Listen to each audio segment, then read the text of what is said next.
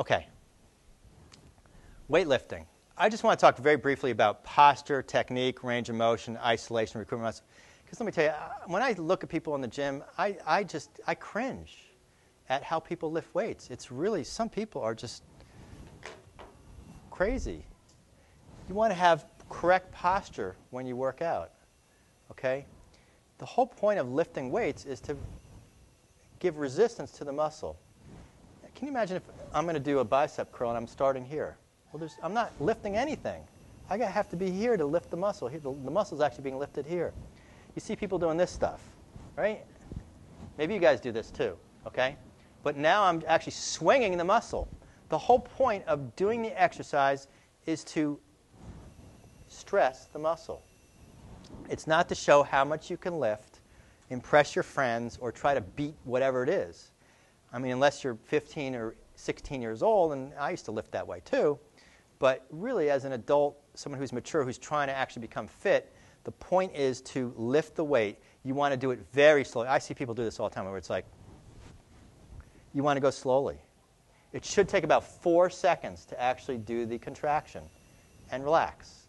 1, 2, 3, 4. Relax. 1, 2, 3, 4. Count to 4 with every rep. Full range of motion. You want to do it with a complete range of motion. I see people that they're doing stuff like this. What are you doing?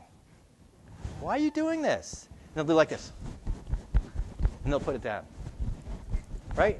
I did my 3 sets of 10. What is your point? Okay, really concentrate on what you're doing when you lift weights. Full range of motion, proper technique. Isolate and recruit the right muscles. If you're doing curls, use your biceps. If you're doing, triceps, use your triceps. Don't use your legs. I've seen people with the military press. They're doing this, right? There's no reason to do that unless you're actually trying to do a power lift and compete with somebody. Okay, that's a totally different thing. Here we're focusing on trying to build muscle, trying to be fit. And then even tension throughout the exercise. You don't want to be an even speed. It should be a relatively slow movement. It's much harder to do the exercise slowly than to do it quickly. And then you're going to do a certain amount of reps. Okay, how many do you do? Find the right weight, and then do as much as you can.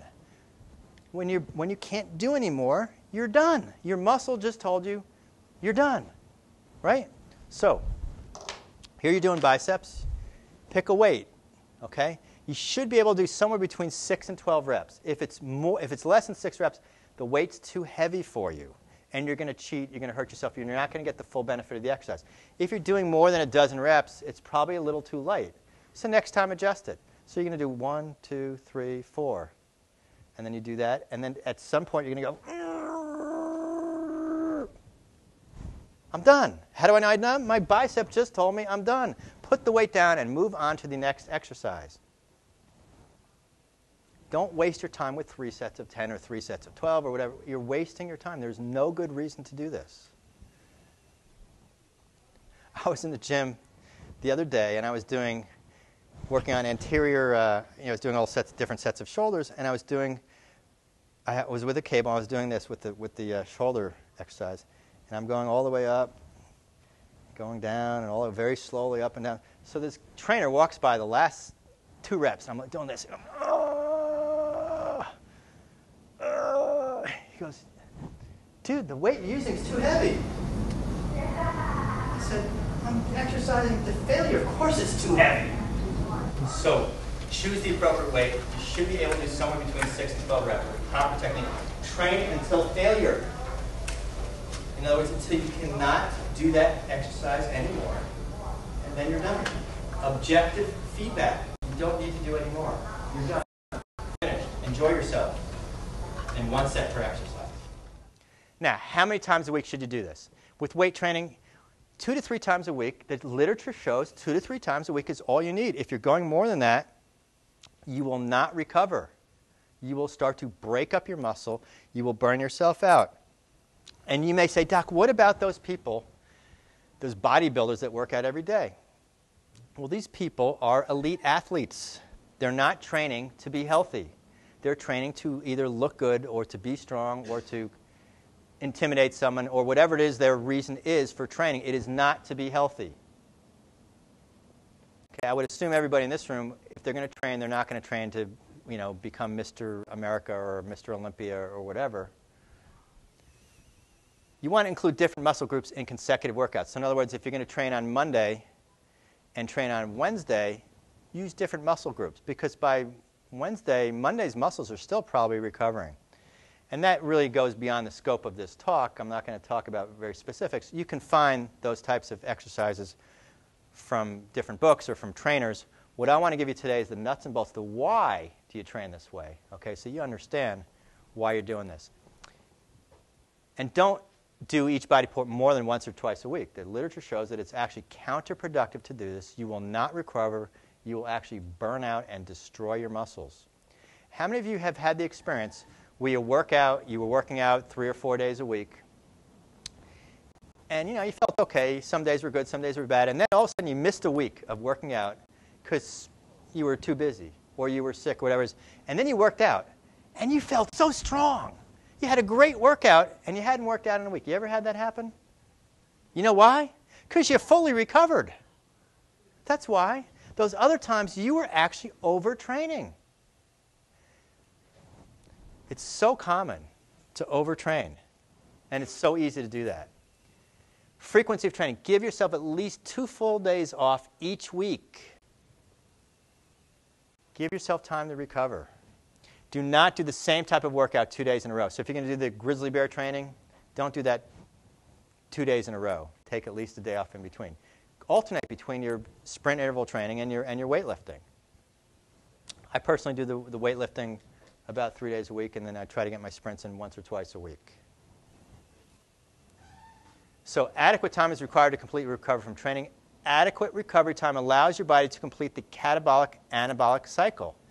Inadequate recovery time will disturb the cycle. This is the definition of overtraining, when that cycle becomes disturbed. And you may manifest symptoms when you overtrain. You could be fatigued. You could have muscle and joint pain. You could be overly sleepy, or you may have trouble sleeping itself. You could be anxious, depressed. You could have other symptoms. You could have frequent colds. You could be irritable, cranky, whatever. If you're experiencing fatigue or muscle and joint pain, or if you're having symptoms, take the day off. It may mean that you're overtraining. Now, if you haven't trained in 2 weeks and you're feeling this way, well, maybe you're coming down with something. You don't want to train when you're sick.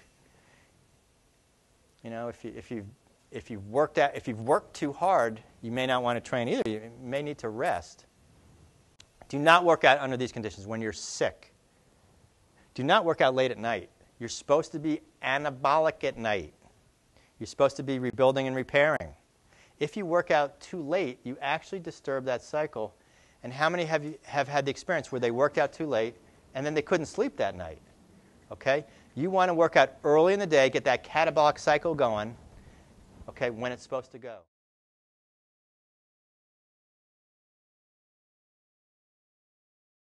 I'd say if you start getting past, say, 6 or 7, you're probably pushing things. And I know that's probably one of the most popular times for people to work out after work. But it may not be, maybe for you it doesn't bother you. I could tell you I could not work out that late. I would never sleep. And probably other people have that. But yeah, it's really better done in the morning or in the afternoon.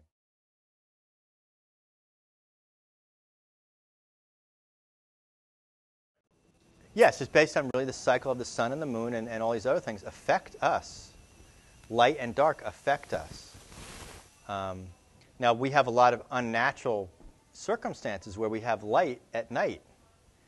Okay? But, we really do better when we do obey the natural sequence of things and the natural rhythm of things.